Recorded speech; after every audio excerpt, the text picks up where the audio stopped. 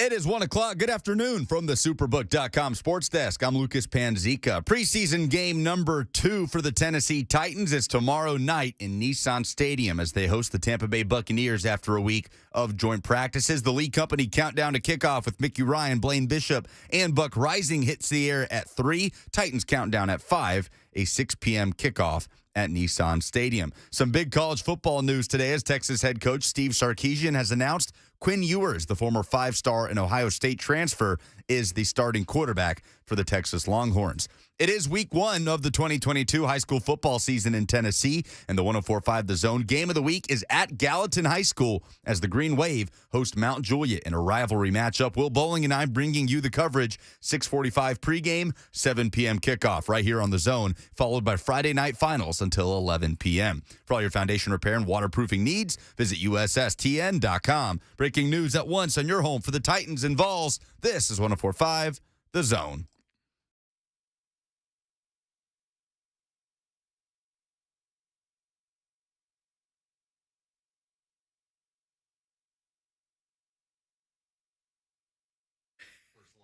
Hey, we're on.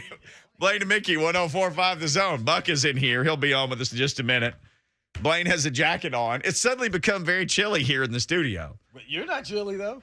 No, I'm cool as ice, man. I'm chilly. Okay.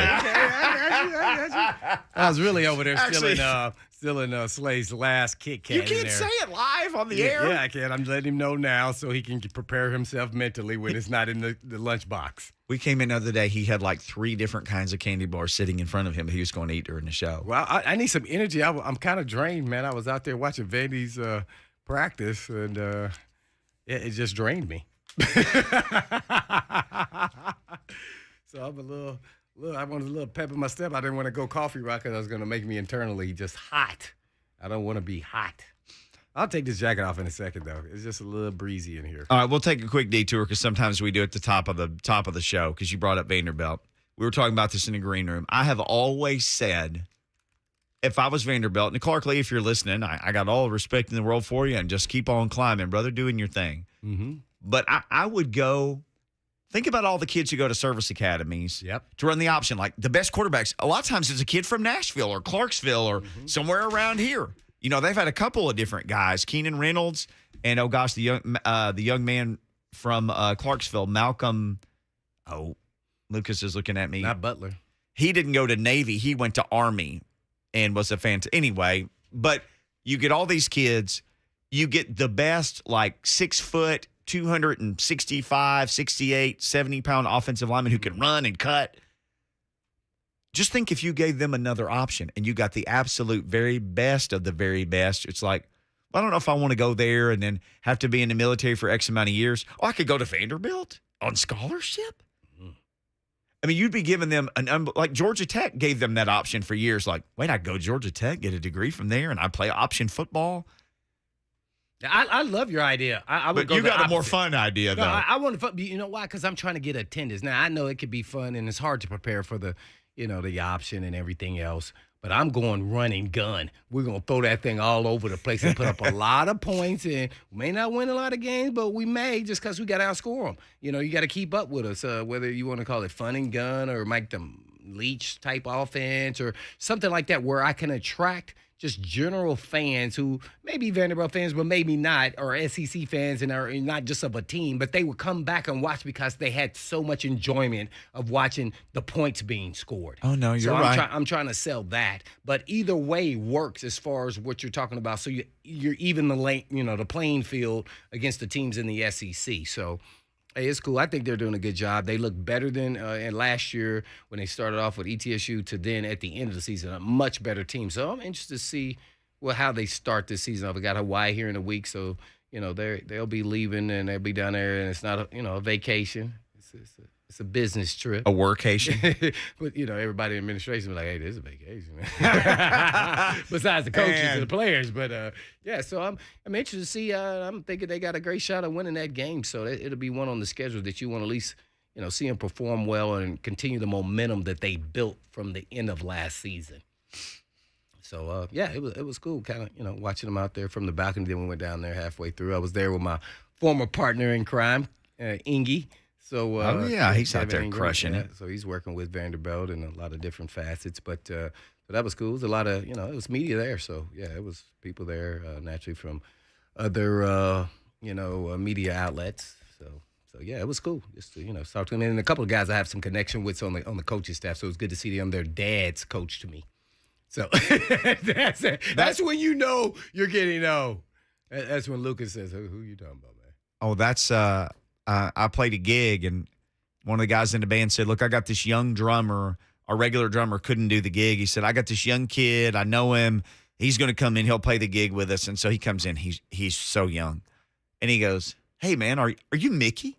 And I was like, yeah. And he goes, my dad said to tell you, hey, he played a bunch of gigs with you. I was like, oh, man. oh. Nah, well, I mean, their dads knew me. They actually coached me. So that was funny in college. So that's always interesting. But, I take that as a compliment to us. Yeah, we're still out here doing it, Yeah. even though we're working with our friends' kids now. Yeah. But we're doing it. But we kind of get comfortable with that because we work with Lucas every day. So it's our just, work son. He kind of enlightens us on the things that as old men that we should know. Hey, I will say I'm not immune to that too, because high school football kids do call me sir a lot of times when we're interviewing them for our high school football coverage. Is that weird to you though? Very strange. Because you're still a young guy, but they look at you as the older guy because you're covering them, and anybody who's covering them is Sir. sir. They're out of college and they're older than them. A kid I covered right when I graduated college. He's now playing at Kentucky. He called me, great kid, Trayvon Ripka. He's really going to factor into Kentucky's defensive line rotation. Really enjoyed covering him, but he called me Mr. Lucas for a while, and I'm like, dude, I'm like 22, and this is 4 years ago. But is that the Dixon guy? Yeah, Dixon County. Him. I remember him. Home of your favorite donuts. Yeah, he was. Oh yeah, Dixon Donuts. Don't get me to talk about as you them. said, Bishop's Donuts. Didn't you officially change the name because you like them so much? Man, 10 days till you get to have those Dixon Donuts again, the golf classic. Oh yeah, that's right. I'm gonna be out there. Oh, Lucas worked in Dixon. He told me he'd hammered 800,000 of those things. Oh yeah. Those things. He'd be at work with him. I can't Good believe, folks in Dixon. I couldn't live like that. no I'd doubt. eat every one of them all the time. I can't believe they just didn't franchise that thing and just had that thing all over the place. Hey, if y'all are listening, we'll franchise. Open it up. Yeah, we're ready to roll. The three of us be the first three franchisees. We'll have the Blaine and Mickey and Lucas Donut Shop. There's a few local mom and pops in Dixon that could do very well if they franchised, I bet. Little Every towns, time I go, restaurants. it's always packed. Those meet and I threes. mean, it is packed. And the only time I'm really going down there is make sure I get some Dixon Donuts, and I'm just tagging along with my wife because she has an office there. So we go there on occasions, and maybe we'll take a car and switch out with the company car and stuff like that. We got our first. This is our first 2/3. I'll call it football weekend. We got high school and we got pro football this weekend on the zone. So there's no college football yet, but literally Vanderbilt. I mean, it won't be on our station, but Vanderbilt and Hawaii play next Saturday. 8 days. In 8 days. Ooh, They play, and it's the late game. Oh, I'm going to sit up and I'm going to put my son to bed. Yeah. I'm going to watch that game. Well, you got Northwestern, Nebraska, and Ireland as an early game. That's like at 6 in the morning, right? No, it's like 11:30. Oh, it is? Mm-hmm. Oh, I won't. Yeah, that's past the old man's bedtime, man. Come on. Mickey be all in. Yeah, 11:30. Oh, I'm gonna watch. I'll watch as much as I can. Now me we'll have too. a Titans game. Well, you could flip on the Vanderbilt game right after the Titans game. Late kick. Oh no, no more post game. I can go back home and watch TV now. Since they booted us off of that. So anyway, we can watch that. I just try to occupy my time. We can watch that game late then. But first official high school broadcast tonight. Correct, Lucas? Mount Juliet at Gallatin. Big rivalry matchup. Got a Vanderbilt commit on the Mount Juliet squad, and Ethan Crisp, the linebacker, and also a Tennessee commit on Mount Juliet with Aiden Bustle, the left tackle. And Gallatin has their share of talent as well that is uncommitted. Man, there are so many talented student athletes in high schools in Middle Tennessee. I mean, you're just talking about in different sports, too, by the in way. different everything. Baseball, basketball. I mean, how many kids every year the baseball draft happens? It's like, that dude went here, that dude went there. It's amazing. That trade for Juan Soto that sent him to San Diego. Yeah, Robert House was in that. He was Chase's classmate, right? Yeah, At they Independence. were teammates on travel ball. Yeah, he was part of that trade. Mm-hmm. Yeah. Oh, he's legit. Oh, yeah. He's a Washington And then he's national. killing it, and I'm like, man, I'm wondering why is he not up? I think they asked him to be on one of the don't get it wrong, one of the All-American or Olympic teams again. Yeah, like a USA team. Mm-hmm. Yes. And he kills it. I mean, this guy's still hitting home runs. I mean, man, I'm like, man, why Why isn't he up? We just had a McDonald's All-American come out of Cane Ridge and Brandon Miller. Oh, by the way, did you see? I'm glad you brought that up. That Cane Ridge one-handed catch by that dude, Oh, I my guarantee God. that guy plays basketball. I think Chris Harris tweeted it, and I retweeted it. And I was like, retweeted it. Oh. oof. Oh. Yeah, against Pearl Cone, I believe. Yeah, it was, And he came down on one leg with the ball in one That's hand. why I said he had to be basketball. There's no way. And then the way he looked, he was long, tall. I don't know who the kid is, but if I'm Tennessee, I'm like, I'm going to just recruit him on that one play. Because that gave me everything I need. Athleticism, length. He don't even have to be fast. Chris Harris, WSMV. Jalen Johnson, That's do right. your thing. I was looking for it. Well, what's he getting recruited by? Let's see if he got any offers. If Tennessee, I just see that play, I'm like, we got him. There's no way. No way. I don't even know what year he is. I don't see any recruiting information on him. Yeah, I'm not sure what year he is either. Number 33. Yeah, long, lean. Yeah. I bet he's a basketball player. And they say, oh, man, come out for our team, man. Come on, man. We used to be teammates in Little League. And he goes out there and does that. It was a crazy catch. That was how often do you see a catch like that? Not often. Matter of Not fact, often. I'm going to go this way. I don't know how often you see that in the NFL. He is a senior. Oh, my. Oh, if you search his name, everything's like, what a catch. Look at this one-handed catch. Look at this one-handed catch. What a one-handed catch. Hey, Yeah, man. it doesn't look like he's got in high school, if I was a DB, because I definitely played DB, I was like, dang, man, what the heck? I wasn't seeing no dudes like that. I was not seeing no dudes like that doing that. And might not have even been the most impressive performance of that game because Siobhan Abdullah threw a couple of touchdown passes last night, but it was his 39-yard field goal that allowed Cane Ridge to beat Pearl Cone 17-14. Oh, The quarterback also kicked the game-winning field goal. Yep. Oh, man. these kids are just out of A crazy game last night to start high school football. What a way to start. Watch that. That was week 0.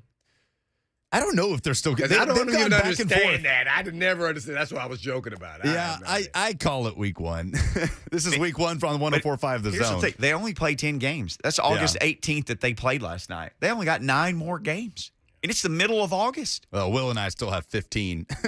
But yes, I do. Do you ride all the way through to We go all the way up to the semifinals, and then Okay. we're calling state championship stuff in Chattanooga. Yeah. Well, I remember I used to do that. you boys will all be working for the two of you someday. You big bright shooting stars. Mm-hmm. Yeah, just I'd bring you coffee and your water. Yeah. I'll bring I you some appreciate it. Dixon Thank- Donuts. Yeah, Yes. that too. That'll get me. I'll in drive right down there and get them because that's what you'll want, Mr. Lucas. there. Mr. Dixon. Well, I'll just say this, and Blaine played NFL football, and anytime I ask you about stuff, I think you love talking about high school football. I do. Man, this is Everybody says that's everybody. And I don't Everybody know- who played at every level still says high school was the most special. Oh man, I'm still close, really close with all my teammates. I mean, it's. But I don't know if it was. I put more of it on my school, but just man, high school in general is just a special time. You just so free and you just think you're invincible and just do whatever, man. It's just the greatest time, really. No responsibilities to a certain extent. It's just it is. It's You and your perfect. friends. Yeah, me and my friends. That's all that matters, man. So See, that's college for people that weren't student athletes. right. I got you. I got you. Now I'm with you on that. But 'cause even I've heard like that soccer, before. for you and your soccer Yeah, teams, you got definitely. to play soccer with your best friends in high school and ride the bus and go to practice and hang out after and talk and all those things. So if you ever played any sport, heck, if you were in drama or the band, or my son and I, we live near Ravenwood, and we drove through the parking lot yesterday, and they were playing a middle school game, and the band was practicing in the parking lot. And I was like, man, if you ever want to do any of this stuff, I said it's just all so much fun. It all makes Friday night. In this case, it was Thursday night. It all is so special. Parents in the concession stand flipping the burgers, and just everybody Whether out you're there. on the cheerleading team, to on the team, football team, or whatever team it is, soccer, to student union, whatever it is, man. It's just the funnest time, man. It's just the It is. best. It is. And my And daughter, you're right, man. Yeah, for those in that don't play sports or part of a group, college is that way as well. And then you kind of lose track of everybody in high school, and then at some point, at least a handful of them, you kind of gather back and recoup because everybody splits up and goes to college, different colleges, and never know where they end up. And now with social media, you can track people down. That's what I love about social media. If you're- Facebook to Twitter to Instagram, and you can track people down now. Or if you went to my high school, we split up and like 5 of us went to college. And everybody else went their separate ways. I think 99% of the people went to college. I think there were 6 of us who had graduated within 10 years. Anyway, but they're all good people, and I love them and I miss them, and I miss Buck Reising, so we're going to bring him right back in to join us next to talk Titans.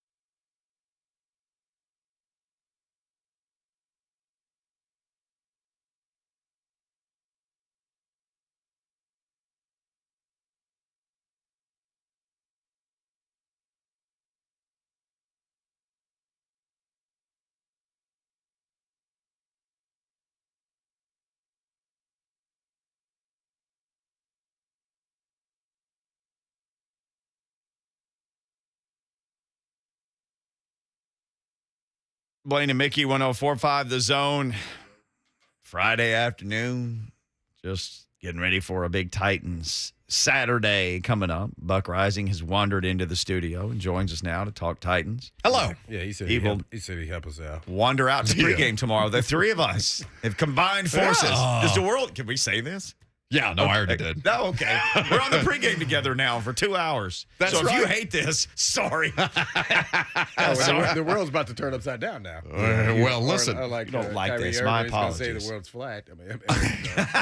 Listen, I'll come with some strong Kyrie Irving flat earther truths to tell on this Lee Company countdown to pregame or countdown to kickoff. Got to get it right. Yeah, countdown to kickoff. I did that for a year. That's probably why I'm not driving it anymore. League Cup to countdown to pregame kickoff. Something. That does Football sound- that does thing sound good, though. stuff. It does. That's the why they will not have me leading nothing. Buck Reising. We're gonna have fun. Brought to you by always. Two Rivers Ford, home of the non-commissioned salespeople, sponsoring Buck's appearance on the show each and every week. So we got to see a couple of days of some fairly intense at times practice between the Bucks and the Titans. What do you Underlined. mean fairly intense, Mickey? Come on, man. We don't want to talk about nothing but except what Big Jeff did. Well, day All one. right, Fournette. We want to hear about the fight. I mean, he was right down on the ground level. I want to know what happened. So Lucas and I looked up. It was the start of the 11 o'clock hour, buddy. When they literally, done. Yes, when right at the end of literally practice. they so it's starting to get because they ended practice very quickly after that. I was there. And split, but yeah, you saw it from up top in your luxury seating that you have at From the practice. Parthenon up there. Yeah. Like- I don't like doing the show stinky. Yeah, just the sweating, Acropolis. Yeah, so I want to get up in the air conditioning. Well, I'm usually they are distracted by my smell because there's usually a giant sweaty football player off the practice field, who smells worse than I do at practice after you sweat for a while. But anyway, just so they're running team drills, and all of a sudden Jeff and Leonard Fournette are locked into it for a hot second. And playoff Lenny or out of shape Lenny or, throwing punches Lenny, whatever, like they just start jawing after the play and both throw punches at one another. So then Man, I missed that. How did you? Well, where were you? I was up in the thing, but I still didn't see it because I'm paying attention to the other field. Yeah. They were on the other field. Yeah, and I guess if you weren't watching, because I was literally looking at it, and then they I know swarmed. Mickey talked about it, but I Yeah, got to so- hit a little so- insider So inside. immediately Vrabel's in there just bellowing, God, break the bleep, all this, get out of here, and all this stuff. And, Mike's bigger than 2/3 of the players out there on the field, so he commands a little more respect than, Todd Bowles does what he can, but Mike Vrabel is out there moving bodies. Yes. And it was funny to see because it continued, and that's when they ended practice. Well, that's the one I saw was when Vrabel was over there breaking that up, and I was like, it looked like people were throwing punches. His length, his long arms was like, no, get back. Yeah. And I was like, dang, somebody may contact you, man. It may hit you on the chin. Well, if you hit Mike, you better run. You better move. I don't know, man. Because I He mean, ain't as young as he used to be. no, but I feel like it still go poorly for whatever undrafted rookie free agent tackle was on the delivering end of. He's full-sized. Yeah, he's He's full-sized. They may knock his dip out for the day, but I don't know beyond that how much damage they're going to do. So other than the fight, which we started with, what did you, I underlined these two words, what did you like, what did you not like about what you saw over the last couple of days? I like that Malik was put in more uncomfortable positions. He was running with the twos, right? Yes. I like one, that's probably the first place. I like that they are reducing Woodside's reps because, of course, they need to be. They have a bigger long-term investment in Malik Willis. That is the person that they need to get the most out of these reps right now. And Woodside, for whatever his deficiencies, he knows their offense. Like, he knows the offense, even if he can't physically make the plays. A conversation for another time. But I like that they were making Malik more uncomfortable with the amount of reps that he's given and the different looks that Tampa was showing him. Because, of course, it's different than what he's been seeing. Mm-hmm. I like that Caleb Farley had a bad day on Wednesday and then had a really, really nice bounce-back performance on Thursday. That's the kind of stuff that I'm keeping track of is if, okay, you have a bad day, do you repeat that or at what point does it become a trend in the way that we started monitoring Treylon Burks in the offseason? Or in the voluntary stuff, is that kind of continued? What are trends that are developing? I like the work that I saw from Dontrell Hilliard in their passing game as a clear and obvious third down option that I think, while watching the Bears preseason game last night, Darrington Evans was supposed to be and never materialized. And Deion Lewis was supposed to be, but never really materialized. They've been chasing that for longer than I've been here. They've looked at a couple of different options to kind of be that change of pace dude that they really haven't been able to nail as far as I'm concerned. But looking at those kind of things, I thought that what I didn't like was Dylan Radins against who's my guy? Hicks, Akeem Hicks. Ooh, Blaine.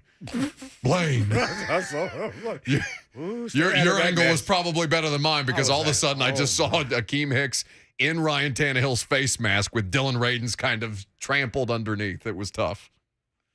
So that's the most concerned thing you saw? Radins for sure. Radins, it just because it's a starting job and he's not winning it. Like he's just actively not winning it. Okay, at some point, do we all just think there's a guy who's playing tackle on a team right now and he's going to get cut and he's the swing guy and he's going to come here and be the starter? You know, we were talking about this before we came to air, and I need to start looking around at guys who would be on that kind of a fringe for other teams because neither of those dudes are starting right tackles right now. And Petit Frere maybe, and Radins maybe, but not right now. And they have two guys competing actively for that job that are not in a place where, and I'm stealing Greg's line, but week 2, Von Miller, they're not ready for that. Neither of them are ready for that. And and they're just going to continue to roll off the line. Hell, they may not be ready for Kayvon Thibodeau in week 1. Well, I'm going to give you guys a different perspective just on how they can manage to without just scenario. You guys tell me if it works or not. Is you stick with whoever, Petit Frere or Radins, but you're always chipping with the back or tight end on that side. This is why Lewan, who is the big money guy, must come back and be the 2-3 years ago Lewan, because then he can go the one-on-one. I just don't see these guys against any elite pass rusher, and every team's going to have at least one. Well, maybe not the Giants, but they got some young guys that got drafted. Their defense is not the problem, that front. Right. And so I just think maybe they're thinking that way. That way they can slow play. If Quisenberry can manage through a season, then I think these two, they may not be as polished because they're young players, but they're hoping they can get them to at least that by the end of training camp, and that way they're not there. Now, they may get a veteran guy for insurance policy, and what does that mean? That means you're not getting a guy that can come right in and start. I mean, he's a $3 million backup guy. He's not really a guy that started a couple times and you say, he's a Kendall Lamb. Yeah. Right. And so is that better? I don't know. It wasn't last year. Right. It wasn't last year. He never lived up to that billing. He didn't. Quisenberry was better than him. So I'm interested. Do you think that we can get to that point? Yes, because that's what they had to do last year. But your point about Lewan can't be the help side. And Lewan was sometimes the help side. Absolutely he was. So assuming that he returns to above average form, then yes, it does buy you time, because we know in the early goings, they're probably going to be more run heavy than they will be at any other time in the year as they get everybody comfortable, because they know Radins looks okay run blocking. Especially in the run game, yeah. Looks competent. Like it's not an outward, I'm just looking at him and saying, okay, it's a wash. Like you can't do anything with this guy. That's not what I'm saying at all. I'm just saying for the purposes of him being a, ready to go right tackle, that he's not there yet. You can do things to offset that with both of them, whomever it ends up being. In the meantime, because Radins does the thing that they do the most well. He run blocks well, but there's a stiffness, I guess, to it, Blaine, where I'm watching him kind of process in real time. Like he looks a tick slow on certain things because I think he's still thinking about the execution of what he's doing as opposed to just flowing with it and playing comfortably and playing loosely. Well, you say he's thinking. I say he's lunging and looks unathletic to get about some real pass rushers. And Petit Frere wasn't doing that. No, Petit Frere did that in college, but did not do that against the Ravens. Radins was doing it, though. Because I asked Mike about that yesterday, I think, and he specifically run blocking and just basically the compromising position. And then Mike made you you repeat your question in 6 different ways, and he repeated your question 6 different ways. I didn't say run blocking on the front end. It's fine. Yes. Like, whatever. Okay. What are you talking about, Buck? Which play was that? Was that run blocking or pass blocking? No, but honestly, I like that Mike asks follow-ups that way because it makes me have to know you what can be specific. No doubt. Yes. Yeah. I think it's a completely fair, I think it's a completely fair kind of pushback situation. But point being, it is the thing that he does better than anything else, the run blocking, but it's still not, that's not a finished or perfect product by any means either. He's still very raw in what he's doing. And again, he's getting himself, he's not in an athletic, solid position with a solid base when he does those things. You can get off the ball without lunging. You know what I'm saying? And compromising your balance. And that's some of the stuff that I'm seeing from Radens. And we could say like that's easy. We were all sitting here like it's not that. It's No. like when you go back to swing at a club and say, just go through the swing. And then as soon as I get the club up, I'm going to kill this ball. Boom! You know, I mean, it's easier said than done. I mean, I get it. He wants to get at the guy. I want to go aggressive. golfing with you so badly now. Yeah. So, I mean, that's exactly what happened. So, I thought it was club as in nightclub. I was like, what are you talking about? my. When you get in the club, we're swinging at clubs. When I'm talking Easy. about That clubs, took a turn. yeah. What are you doing back there with the pineapple? See, that's what happens when you young buck back there, man. He's thinking about where he's going after calling the game tonight, man. Hitting all the clubs in Gallatin. We're on with Buck Reising for the Buck Reising Show. I guess one for me is I know a lot of people talk about it. Some think it's important, some people not. I'm kind of in between, but I always wanted to be good about the stats of what the starting quarterback and how well he's doing in camp. It's better to hear that than interceptions than like it was last year. Sure. So what is your viewpoint on that, and how significant is it going into the season? So it's not insignificant. If he's taking better care of the football, it's notable. I think the reason why it's significant for me is because what we are seeing, the biggest difference between this year and last year for him is that he is consistently working with the same players every day. Julio Jones did not practice during training camp. A.J. Brown missed a substantial amount of time in training camp. NWI was there last year. The tight end options that they had last year were lacking. Ferkser, I think, had a knee situation early on that he had to work with very much in training camp because he missed some time. So what I noticed from Tannehill is just a generally increased comfort level and crispness because it is day after day, same guys getting reps, going through the same kind of plays. He corrects them if there's a miscommunication on a route run or whatever the case may be, and they build on those corrections day to day, which is something that they didn't have last year because it's, okay, is Julio going to be here today? Oh, AJ, we got tomorrow, but not on Wednesday. Like, whatever the case may be, and it continued that theme, or it kind of set the stage for what their season would be, this theme of kind of shuffling parts and having to, mix and match the pieces as you go along.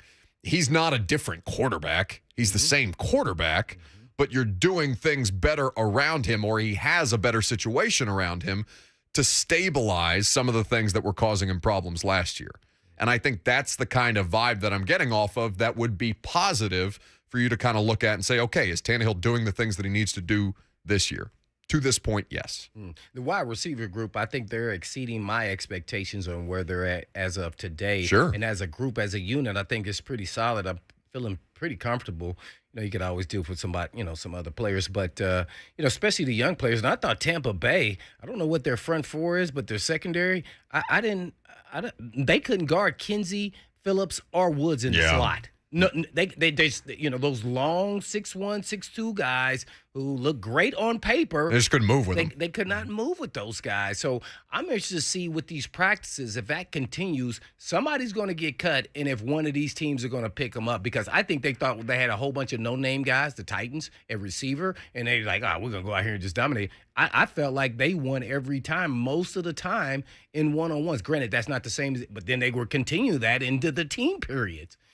So I'm interested to see if this group continues to grow, and we may miss out on some guys that are on the back end of the roster that may be on other teams' roster because we may have to cut them and let them go through the process and then pick them back up on practice squad. Some of these young guys, like Kinsey, they couldn't guard them. Seriously, naturally Phillips is going to be on the team, so they couldn't guard him either. Right. But it was just like I felt Kinsey was the hardest one to guard. No, it was notable. It was notable. And Kinsey, by the way, needed a couple of good, strong days because he's now more on the fringe than he has been really since I think he first got here. No, well, he's on the fringe just because they drafted Phillips. Yeah. Sure. They're that same role guy, and he's just a smaller, probably a step slower, whatever it may be, than Phillips, and he's a draft pick, so he's going to be out there. He's going to be on the roster. Agreed, but I also think that Terry Godwin is not inconsequential in that kind of a conversation. Yeah, I think Godwin's going to make the team. That's kind of how I see it. Which is why I kind of look at Mason Kinsey as like, I know that they love him because he'll do whatever they want him to, and you need guys like that on the roster. And he can do that. And he can give you the best scout team looks humanly possible and all these things. And return punts, kick, whatever you ask him to do. But if the other guy can't too and, do a little more, then you're looking, okay, and it's a less comfortable position. But I think your point about what they haven't had they tried the true slot thing with Humphreys. And for a little while, it looked like, okay, like he made some really nice plays for them out of the slot. Big touchdown reception against Kansas City with Tannehill getting hit as he threw as they worked. I think that was like week 8 or week 9 in 2019, whatever one Josh Kalou blocked the field goal. But like there were moments where you saw what the offense with a true slot option, like what they projected Humphreys to be in this offense to look like. And I think you're starting to get more of that vibe again with a guy like Phillips. And it makes them have to, you're having to, I don't have to tell you this, Blaine, but they're just having to, you're having to defend different dimensions of the field with different players. Right, we're talking to our listeners, but yeah, I mean, he's the professor. Is that what his coach called him? That's right, the professor. Like, this dude is out here dicing, like he made Logan Ryan look silly. Oh, when he fell down. Before I let Mickey go, speaking of Logan Ryan, did you see him get annihilated by Haskins? I lost it up in the thing. I was like, oh, man, he didn't even respond. I'm like, man, I would have got up and pushed that young buck. Like, hey, man, I was going to let you in. You didn't have to run through me. That was horrible. I remember I think it was when they signed Adrian Peterson last year. Vrabel talking about playing against Adrian Peterson. Like there was a moment with the Chiefs where Vrabel like tried to make a play on Peterson, and he's old at that point in his career. And AP just made him fall down. Like that's what I felt like I was watching with Logan Ryan. Like, oh my God, and Logan's playing safety now. Right. Like he's playing safety, so he's got everything in front of him. So there are fewer opportunities to look silly that way. And granted, they didn't have on pants. I mean, it was just shoulder pads. Sure. But Haskins hit him like that. He hit him hard, man. I wanted to run down on the field and ask him, was he okay? Well, like, do you have a concussion or something? Like, Titans even published a picture of it, but not the video. It looked, so the video, technically Logan Ryan did prevent a touchdown by sacrificing his body in the fetal position. Whoa. What do you mean he prevented a touchdown? He was on the ground. The guy kept running. Now, in a real game, he would have ran over him and kept going. That's what happened. I mean, by definition of what happened on the play, Hassan Haskins did not score. But please, no. They were talking about Kyle. That's what they said. Blaine, I looked at that picture they put out, and Logan, it looks like something out of Nat Geo, like a wildebeest just trampling some poor animal that's fallen underneath it in a stampede. It was that's happened to me one time, and that is you talking about was I lit, and it was in a live game. I said, "Oh, that will never happen again." Is this the Corey Dillon? Exactly. Okay. Called me right where my foot is crossing, and it was like, boom! Oh no! Yeah. I was on skates. Yeah. I was like, oh, I'm getting that MFer. If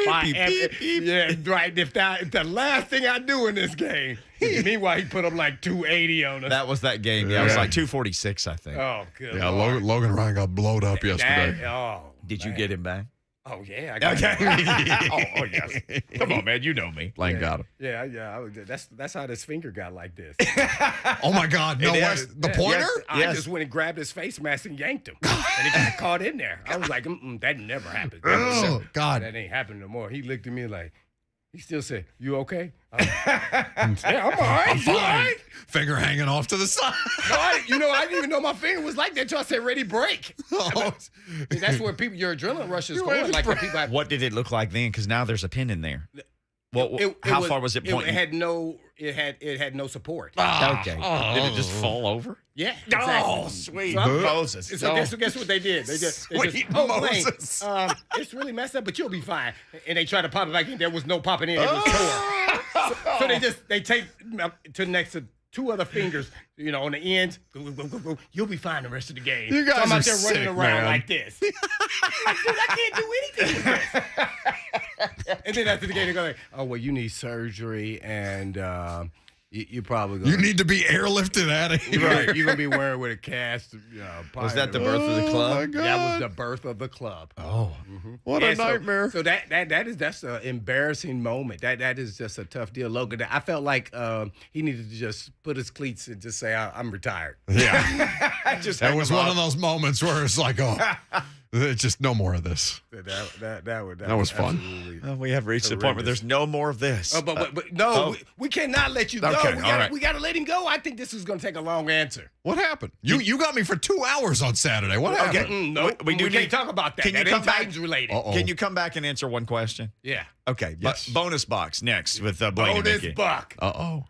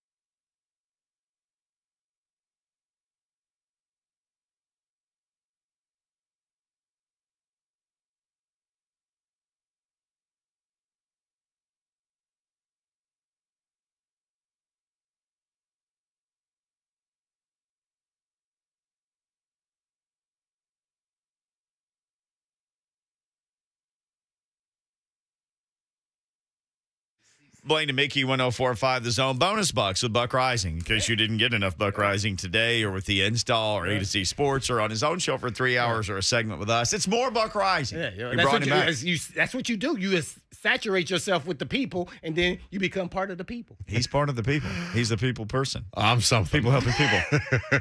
You got a question for him, right? Yes, I got a question before. Now, what are you People helping before you people do feel this? so What are good. you trying to do today? I'm just trying to. Well, I'm thinking about going to Wilson County Fair. Or no, Bring me a funnel cake. no, I'm trying. I feel like this is going to be less I don't pleasant know than the if funnel cake. I was at the vanity practice, so I don't know if you talked about this. I'm sure you mentioned it, Uh-huh. but I just wanted to get your thoughts on the verdict of the Watson suspension, 11 games, and the $5 million fine. And just what was your viewpoint? I am embarrassed for the NFL. I am embarrassed for the people who were going through the process of kind of exposing Deshaun Watson on his situation and how many different terrible situations he put these women in, at least in 5 confirmed and investigated cases by the independent arbitrator, Sue L. Robinson, who handed down the initial 6-game suspension. I am disgusted by the idea that his first start after coming back from all of this is going to be at Houston. It's always that we way. talked about that. Yeah, of It's- course. They have the Miss NFL's Cleo gonna do that. scheduling. Yeah, it's Come it's on insane. now. Blaine, it is... The NFL, they about making money, man. When Roger Goodell was asked about this at the Broncos confirmation owners meetings when they're voting in the new ownership, and he said it just felt like the right thing to do. And I heard Roger say that, and I looked at Lucas and I said, I want to believe him. I want to believe him that it's the right thing to do. But okay, Rod, show me if it's actually the right thing to do. And they land on the best possible entertainment television result humanly possible for this, which is that you may have Cleveland at 3-8. The Texans may be 3-8 by the time that they come into that game. And guess what? Everybody's going to tune in because they want to watch Watson. We are all going to watch that game. And it is going to do the biggest number that a Browns or a Texans game has done this entire year. And the network will be happy. And people will talk about the NFL. It is why my biggest issue with this league and with professional sports leagues is there's no shame. There's none. And they're not in the business of shame. They're not in the business of moralities. They're sure as hell not in the business of sexual assault or domestic violence or any of these other things that they try to adjudicate. They are in the business of making money off football. And to that, there is nobody better than the NFL, but it still makes me sad. What you wanted a year? What do you want? Fine. You wanted what would you want? I wanted not Houston. Like, if you're going to do 6 games, it's wrong, but at least it's not at Houston. If you're going to do a season, okay, that would seem to be a more legitimate punishment based on the 5 confirmed cases, just not at Houston. Did you want a bigger fine? Yeah. So fine. you wanted one more game at least. This way it was in Houston. There is no way that can be the solution that they land on. That the solution that they land on would somehow be more offensive than the initial 6-game suspension. All right, I'm going to give you a scenario. I could be totally off. Both of you guys can input No, on it. I appreciate the perspective. Well, and I'm going to give you from the NFL.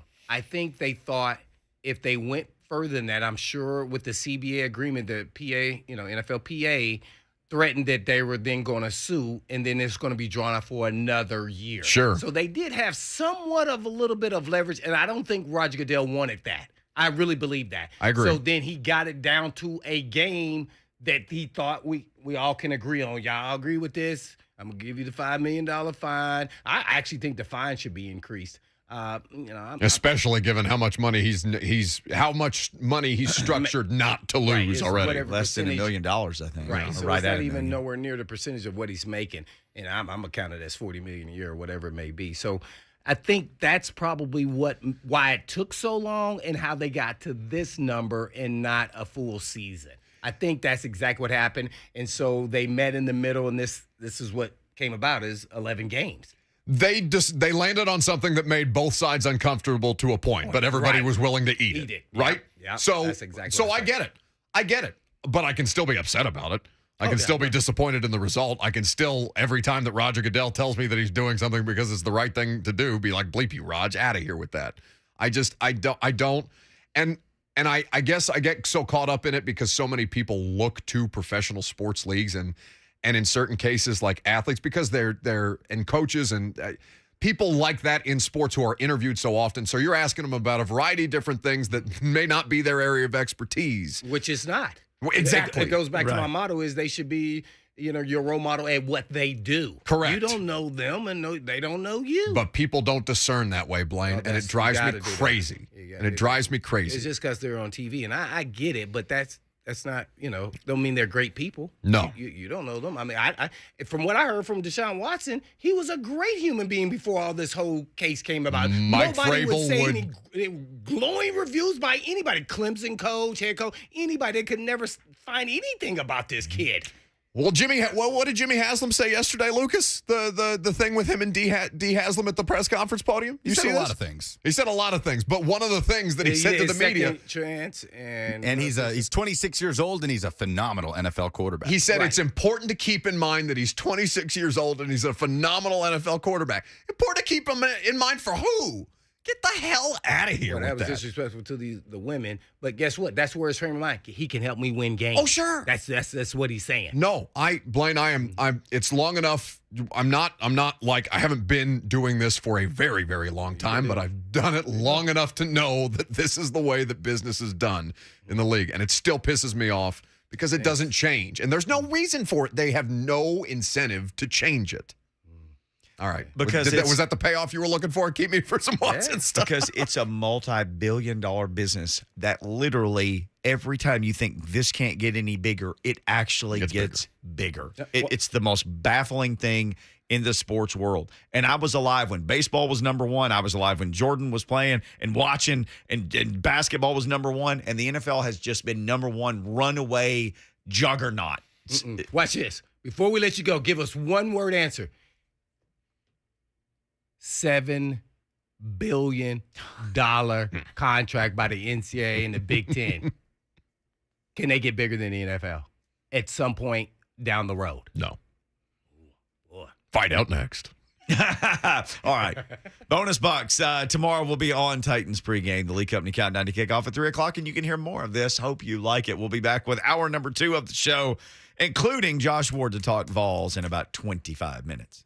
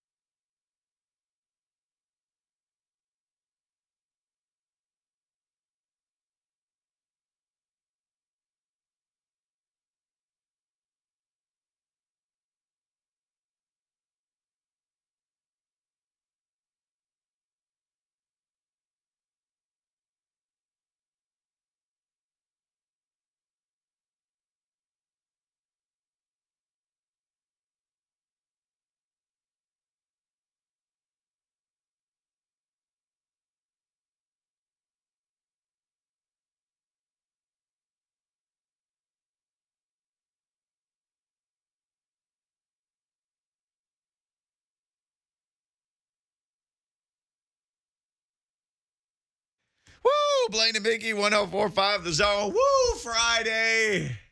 Man, so there's on the Zone tonight, high school football. Lucas is on the call, Mount Juliet and Gallatin. You got Division I talent and a bunch of other Friday night heroes out there doing their thing. It's going to be awesome. And then tomorrow, the Titans are going to play on the Zone. Guys, it's here, man. It's here. Football season is here. I mean, it is Are we in upon us. heaven? Football games on the Zone, because it won't be long till we have Friday night high school game. Then there'll be college games on Saturday, and then there'll be NFL games, Titans, Sunday night football.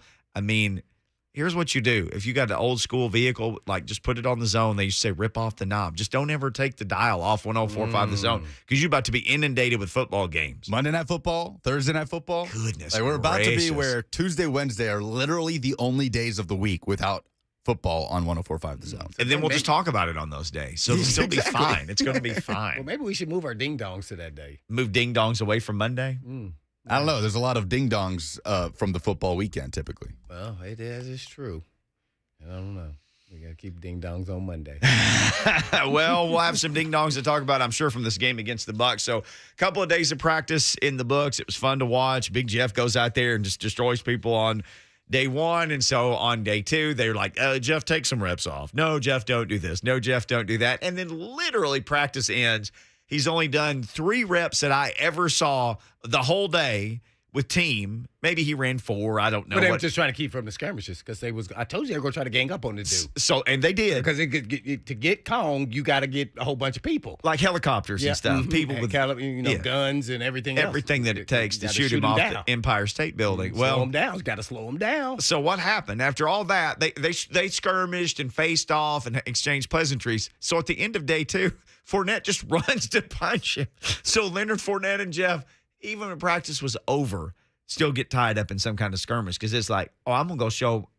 Nobody punched Leonard Fournette. I'm gonna punch the big guy in the mouth. So exactly what happened, I said would happen. They looked at the film. Fournette is not in there with the offense, so they even see it in the running back room. Say, look what this dude is doing to us. I'm sure the coaches had a meeting and said, we're going to challenge every guy on offense and show them what Big Jeff Kong is doing to us. And then, like, he's just dominating us. And what are you going to do about it? Well, you going to stand up and defend yourself? No, I'm gonna go punch him after this. You know what that was like? You know what like? Those offensive linemen, they like, now we're just going to keep it in between the lines, low cut them and, push them and help them up. And Right. so that's all we're going to do. We're still going to get them. Oh, not Fournette. No. He was like the mom or the dad that comes out the house and say, well, which one hit my son? I'm about to get him. Who that? Kong said, it was me. What you gonna do about it? And then he pounded his chest.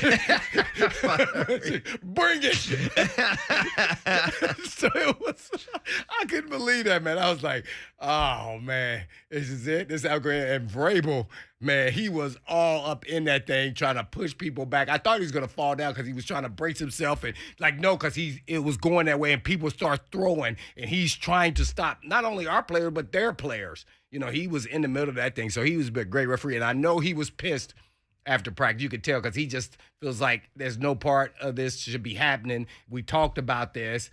Well, then you should have just told Kong not to practice because that was the only way it was. And they limited him, but he got that fire lit. Yep. It was lit. They was ready to go. So, yeah, that was the only way. I told you. When you got that guy, and he's the linchpin, and he says, and then they go back and watch. You hear what he said?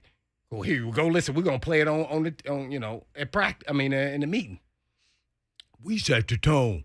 Our offensive line and our defensive line. That's what we do here, and that's what I saw. That's how he talks. And he's like, we about to destroy these cats. And I'm going to be the ringleader. And nobody, and not nobody, and I mean not nobody in this league, and not this team for sure, going to be able to stop me. I'm telling you, it is, but we about to see a show. Get your popcorn ready. We about to see a Hall of Fame type player this year, defensive player of the year. Watch. Remember, that's why I asked Chelsea yesterday, about where's he at on the list. Guess what she said? He not on that list. Somebody don't have no eyeballs. Defensive player of the year. Yeah. So somebody not paying attention. For him not even being there, guess what? He at home talking about Upper Eden, talking about they didn't put me on the list. Upper Eden. Yeah. this ain't enough food. I'm about to show him. I'm about to go eat some people. But I'm telling you. Well, you I've pointed out. never seen a guy verbally talking. He knows everybody can hear what he's saying. Mm-hmm. Not only in the practice, but after the practice interviews, and everybody can go back and look. That's one thing about social media, good or bad. They went and looked. Oh, this dude talking crazy. He talking like he about to destroy her. He yelled at them, "This expletive is too expletiving easy." 2 days in a row. He yelled that at their team. They can't stop me. Like, I would have. He might have scared me on, and I'm on his team. I was like, dang, ooh, I'm glad he out there in front of me. I'll be like, sick him, go get him, Jeff. What'd they say? What'd they do? They did something to you. Oh, Jeff, you can't allow that. Mm-mm. Jeff, you're gonna have to destroy somebody now. Yeah. I'll be right back here watching. Yeah. Something leaks out. I don't say that. Somebody look at I say, I got your back. Oh, I got your back. Ooh. And I'd be like standing 15 yards away watching. Watching. So I'd be watching. I wouldn't be no parts of that. That dude, one of them big 300-pound dudes, catch me slipping. Boy, they knocked me out, man. No way. I learned that I got in a fight. I was part of a fight. I was an igniter, and I was part of that. And then we had to run the next rep. I was so exhausted. I was like, oh, I'm never going to fight. I'm exhausted. I can't even run these reps. I can't even concentrate right now. I'm so lit, and I'm exhausted. I mean, it takes a lot out of you. Who was this against? Probably was the Cowboys or the Redskins at the time. Same deal. Preseason practice. Practicing. Yeah. I was like, it was the Cowboys. That was the first. I was like, I cannot be fighting, man. I'm done. I'm spent. It took all my energy to keep from falling, throwing punches. Just watching your back spinning around. I was like, oh my God, man, punches was coming from everywhere. Then I started being that little Rottweiler. I'm gonna get all up on somebody's leg. I'm gonna get you on the ground. I ain't got time for all this swinging and man. I don't know where it's coming from. Well, the other thing too, you realize unless the guy takes his helmet off and starts swinging it at people, then everybody's got people's mask. That's right. what everybody's grabbing people's mask, and your head is jerking and going all over the place. Like, oh my God, man, sheesh. No, I'm done. Don't be the dummy though who takes your helmet off in the fight. Mm-mm. And there's always some dummy that wants to take their helmet off and swing at everybody. Well, all you need is one other guy to just hit you with his helmet that's on his head, buckled up. Just to headbutt you or something, you got bad things are going to happen. Keep your helmet on, kids. I always keep my helmet on, but I was definitely yerking people's helmets off and hitting them with their own helmet. Well, now that's another thing. I mean, kids, if you didn't learn anything today, you get into a fight. I mean, it's a public service announcement. You keep your helmet on, rip somebody else's helmet off, and beat them with it. Yeah, I feel like we're helping the youth here. That's what you do, man. I don't know. We're not helping Lucas because he disappeared. I don't know where he No, went. he's taking Rick's call from Hendersonville about Big Jeff on the Mark Spain Real Estate Hotline. What's going on, Rick? Hey, I just wanted to let you know he is on the betting line. Oh, is he? Well, she told us yesterday, no. Where's he at? I put $5 on to win $300. Oh. He's 60,000 to 1. Oh, he's barely on there then. I'm sorry, 6,000 to 1. That's what he said. Yeah, 6,001. We got you. So is he on there? You see him? Have a good one. All right. So is he last? Here is So they made it.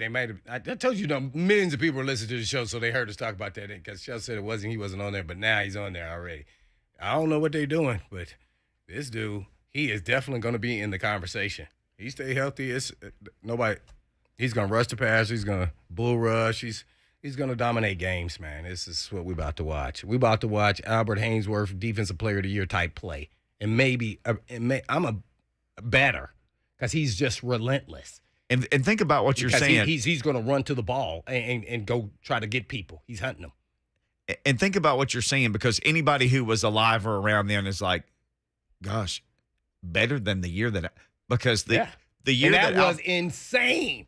It was I had never seen it, and I guess I'm sitting in the review now from a media perspective, and I watched him every game. I said, "Oh my God, he is destroying people." Well, I think Jeff does because he's got the motor all day, nonstop. Yeah, I don't remember Albert running down the field hunting people down, but he was wrecking shot with dudes right in front of him. Remember, that was the year he stepped. Is that the year he stepped on the dude's head? Andre Girard. Or was that the next year? That was that year. Was it? No, I think it was the year before. No, it was the year before that, I think. Because he kind of had a moment with himself. He talked about like how that kind of changed him. And then the next year, that was the single most destructive season I've ever seen by a big guy. where he just Ever that I saw. I was telling the story, and I've told it before. Couldn't believe it. They were playing the Jags, and I couldn't remember. I said, they played some team, and they literally called a flag on him just because I don't even remember what they called it. It's like, He destroying people. You can't do that. And Mike Key texted me and said it was against Maurice Jones-Drew. He just basically picked him up and threw him. Threw him. Like he was in a wrestling match. Yes. During the context, it wasn't even after the play. Like the whistle hadn't blown, and he just picked him up and just threw him.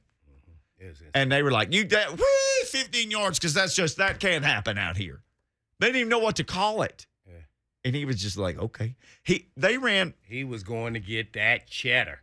I had never seen him play like that. You'd see spurts of it. But this was different. Like, whoa. Do you remember the play Byron Leftwich was playing quarterback and the ball got snapped and he like jumped over everybody like Jefferson at Fast Times at Richmond High and like the play never even happened because the 300-pound dude just it flew through the air.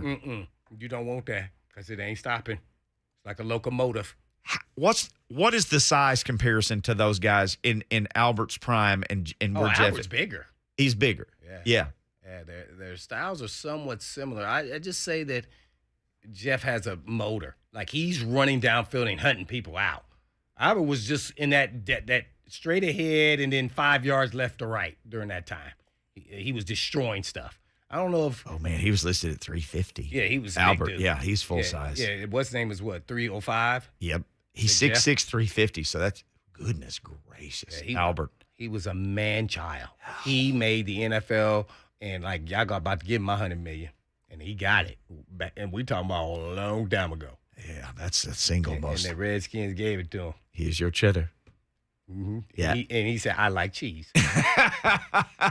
We got to take our cheese and move it to the next segment. Josh Wards said to join us. He and Jason Swain got a radio show in Knoxville, and sometimes we can get him to call in and give us an update on the Vols, including there's like an evolution coming of the smoky gray uniforms. There's I love those. Well, we'll ask about that and, football stuff next.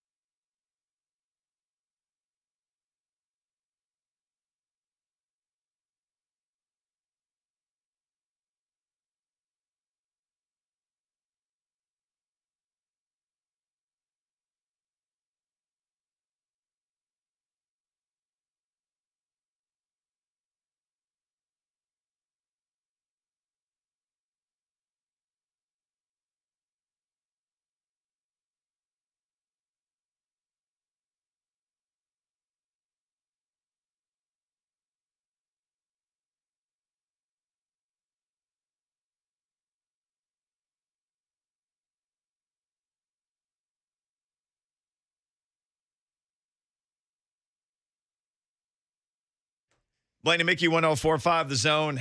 Man, it is a football Friday right here on The Zone. And let's go to Knoxville and talk to our man Josh Ward. It has been far too long since we have talked to Josh, who joins us now on the Mark Spain Real Estate Hotline. Josh from Josh and Swain on the Sports Animal. Josh, how in the world are you doing, man? Have you missed us? More than you know. Way too long, guys. Yeah, it's great to be back on. I knew you would say that in a I'm taking believable notes fashion. now, man. Yeah, thank you. Way more than you know. Oh, I'm going to use that line. Hey, man, how Yeah, crazy. The listeners are saying the opposite about me coming back on, though. No, they are more than ready. They want to hear all the Ward that they can. I guess you're still Ward Wednesday on Locked On Vols, too, right? That's always must listen for me as well.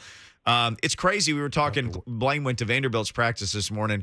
They have a game in 8 days in Hawaii. The Vols have a game in now less than 2 weeks. After all the posturing and all the talking and the yakking and everything else, dude, football season is upon us.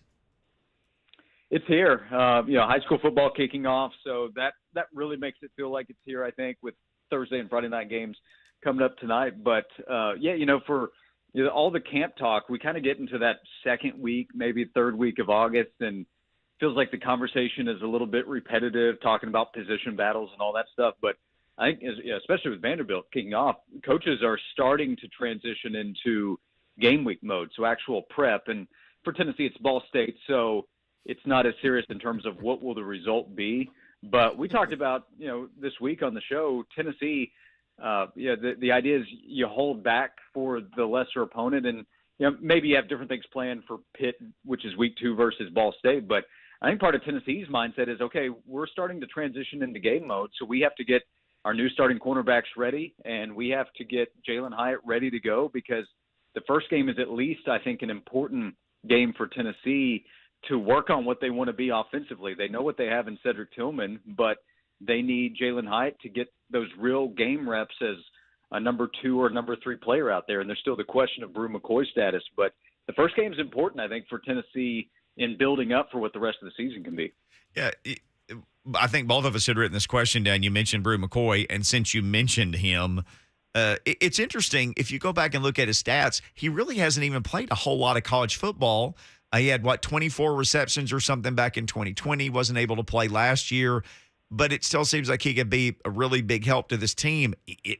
I guess Heupel's frustrated. Everybody's frustrated. They still don't know anything. And, again, we're less than 2 weeks away. What's the holdup?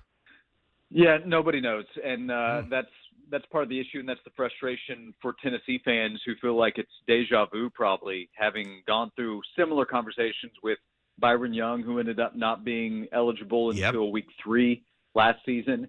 And before that, it was Caden Mays. Before that, it was Aubrey Solomon. Uros Plavsic was a middle-of-the-year conversation in basketball. So there have been a lot of these stories in just the last 3 or 4 years for Tennessee fans. And with Brew McCoy, you're right. He has not played a full season of college football, because the season that he played at USC was the COVID-shortened season of 2020. So he's obviously eager to get out there on the field and play.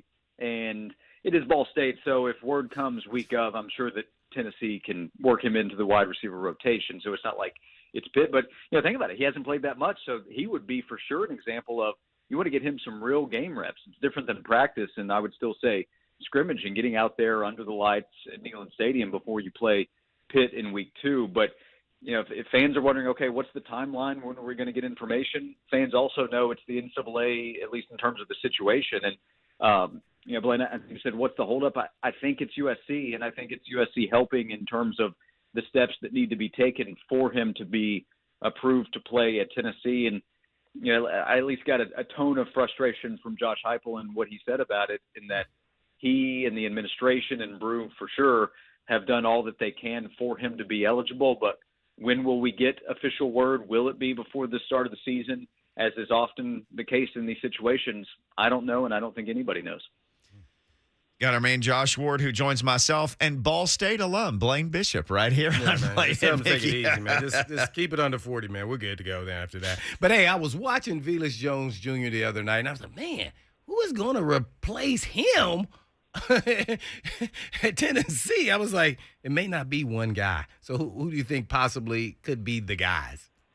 Well, what's funny in you saying that is we've talked about that in terms of who is the toughest to replace, because there aren't a ton of players from last year's team to replace, but they're all really important in what their roles were. And Bayless ranks high because of the role that he played offensively. He could do a number of different things as a receiver, as a running threat. He has incredible speed, and also a return man, which was on display with the Bears last night with the really impressive punt return that he had in the middle of the game. So the answer is multiple players. And again, maybe not stepping up in the way that he played, but Jalen Hyde has really good speed. He has a new opportunity and has actually cited what Bayless Jones did a year ago in motivation to improve, because he wasn't doing enough in terms of being focused and working hard, and he's added weight.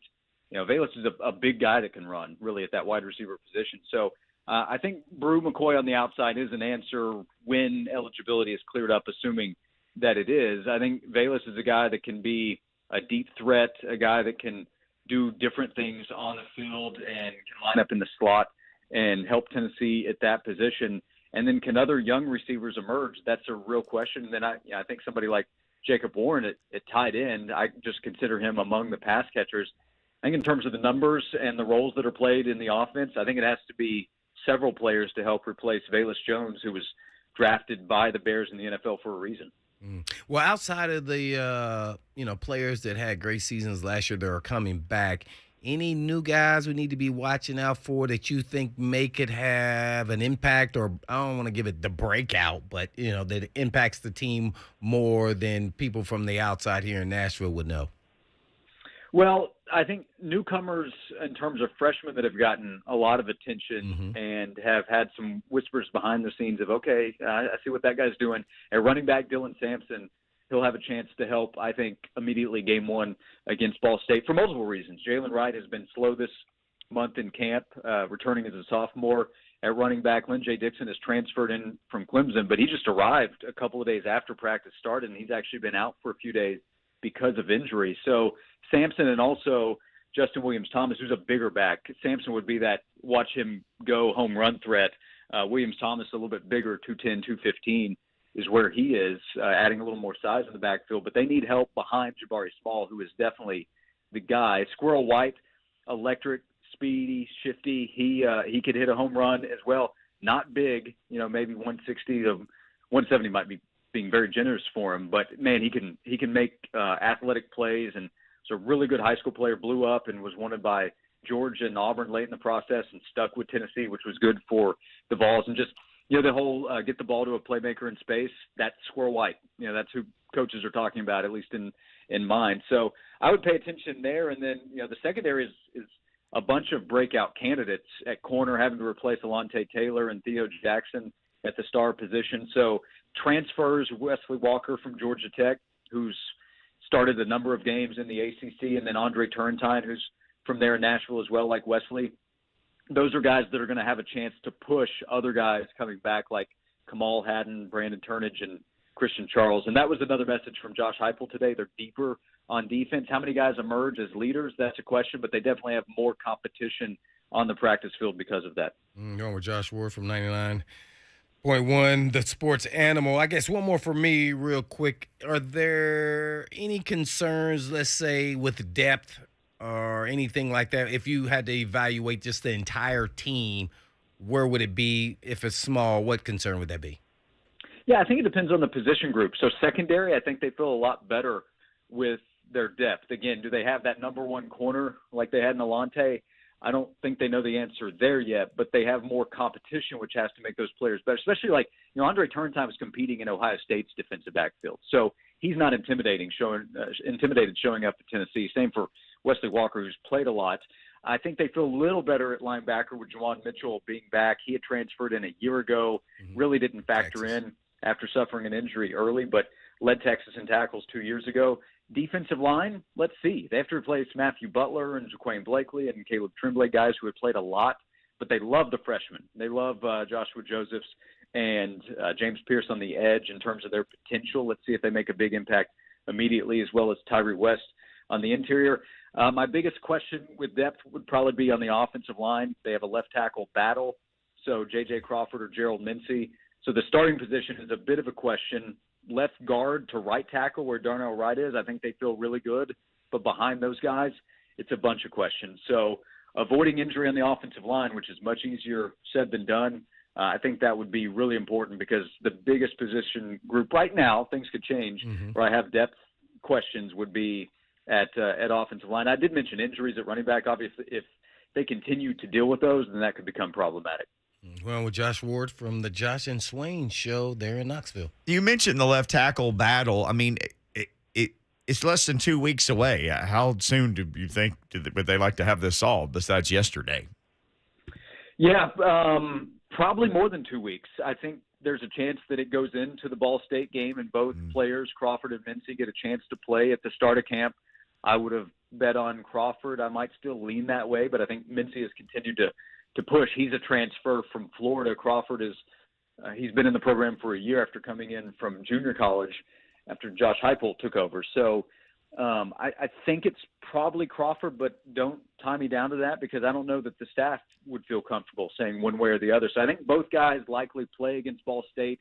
They use those game reps to see how either perform, but I think we all would agree they want to know who that left tackle is, and they want to be confident in that left tackle position heading up to Pitt, with Pitt having some really talented defensive linemen. But as of now, the conversation continues to be it's either Crawford or Mincy at left tackle, and Darnell Wright, who was in that position a year ago, will stay on the right side at tackle. So, Josh, I gained 15 pounds, after I'd started college, and the lady at the Dairy Freeze in my hometown called me fat. But Jabari Small joins the 15 addition crew, and seems like a pretty good thing that he's added some extra weight. He may be poised for a really big season.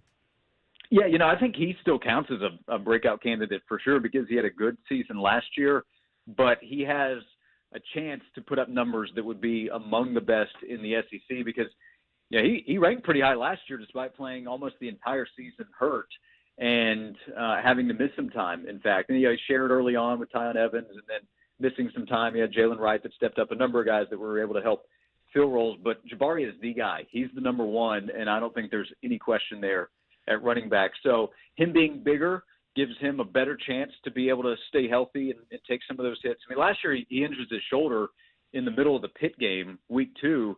Well, how are you supposed to get your shoulder better playing running back when it gets hit every play? Yeah. So, if he's able to stay healthy, take more hits, he still is explosive and can make plays in the open field. He showed that last season.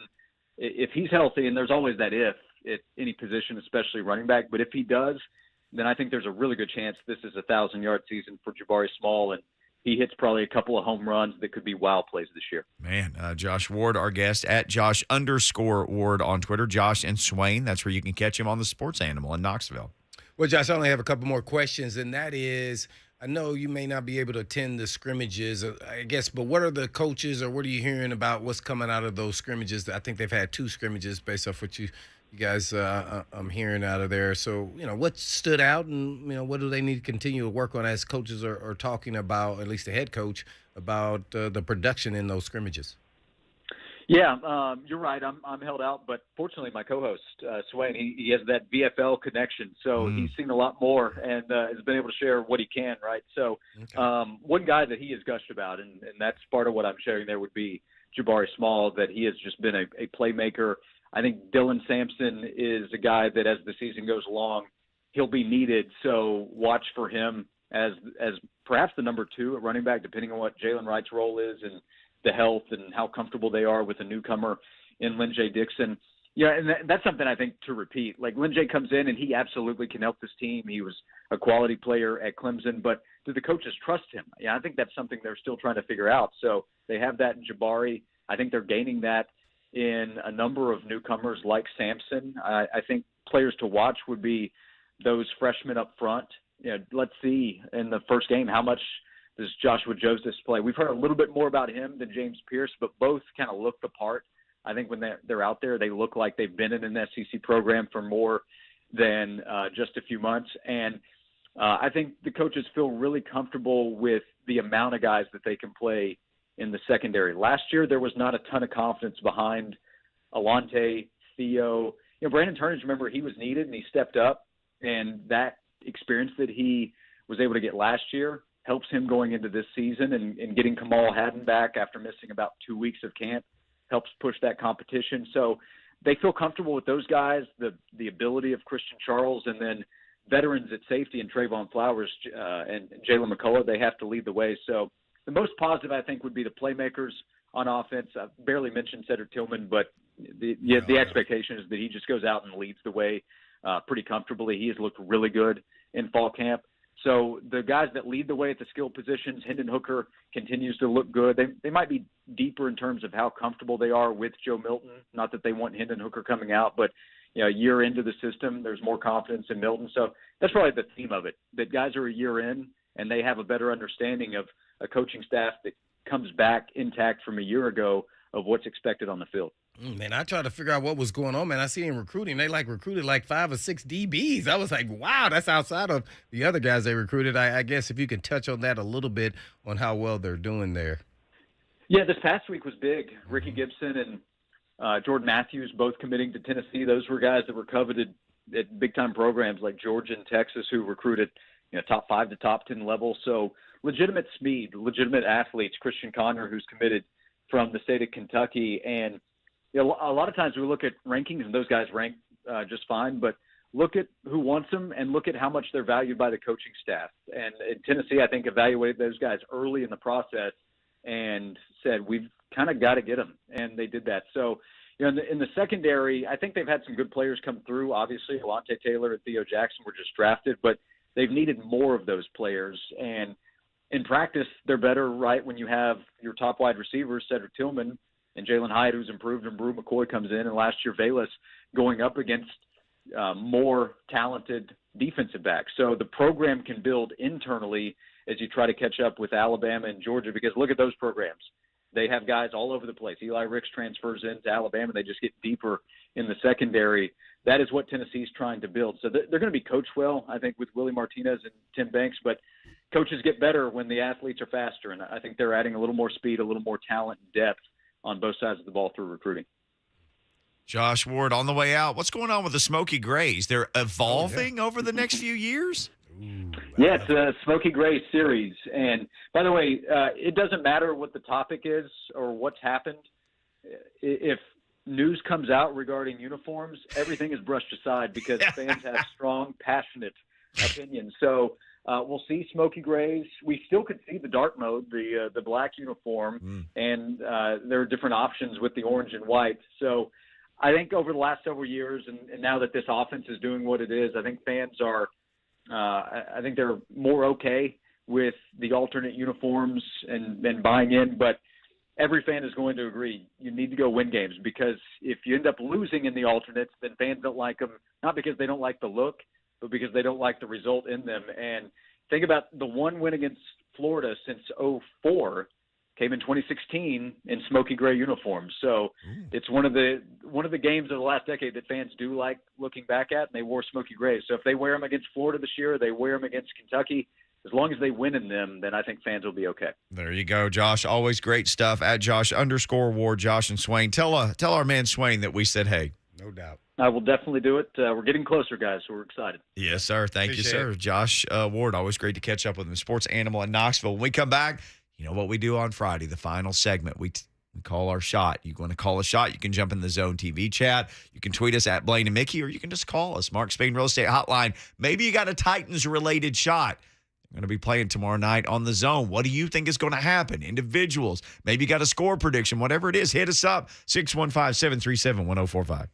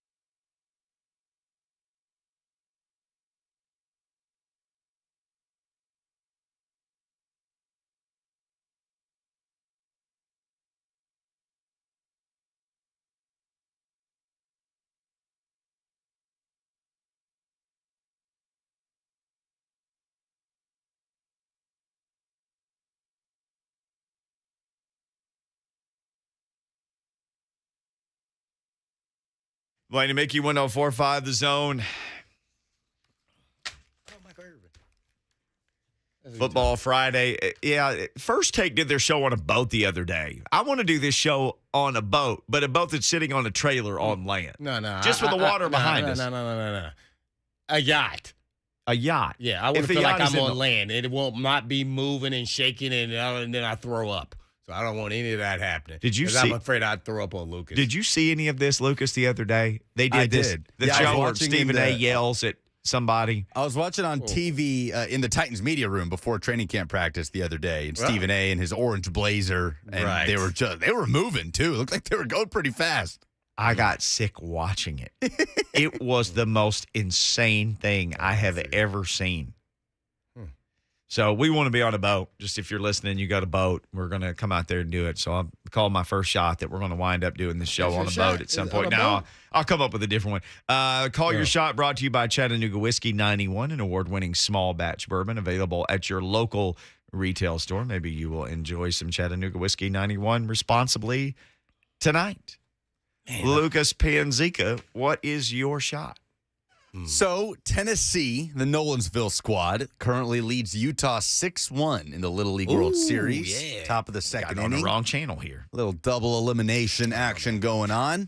My Italians, I believe, were bounced by the Chinese team yesterday. But No my shot grazie. Okay. is that Tennessee, for the first time ever, wins the Little League World Series. Let's go Nolansville. Do we know when that final is? I'm not sure. It's a couple weeks away. Trivia question. This thing goes on forever. Which country has the most Little League World Series titles? It's not an American state. It is a country. China. Taiwan. It's Taiwan. Wait, what was the question? Which country or state has the most Little League World Series titles? Wow. And Taiwan. wow. I knew it was something like that, though. Yeah, they have 17. Japan's in second with 11, and California has 7. Have you seen the 30 for 30 on the kids from Kirkland, Washington, who won it in 82? No. Man. 82. 82. He wasn't even born. I know, but he watches 30 for 30. I mean, he consumes things. I was only 2. The kid who was the pitcher was like, he was that kid in the 6th grade who's like 6 feet tall. Right. So he was throwing, the equivalent of 98 or whatever. Yeah, for that. And he like played one day of junior college baseball or something. He never made it. And people called him fat and his life turned bad and all this bad stuff happened to him. It's really sad. But they were heroes at the time.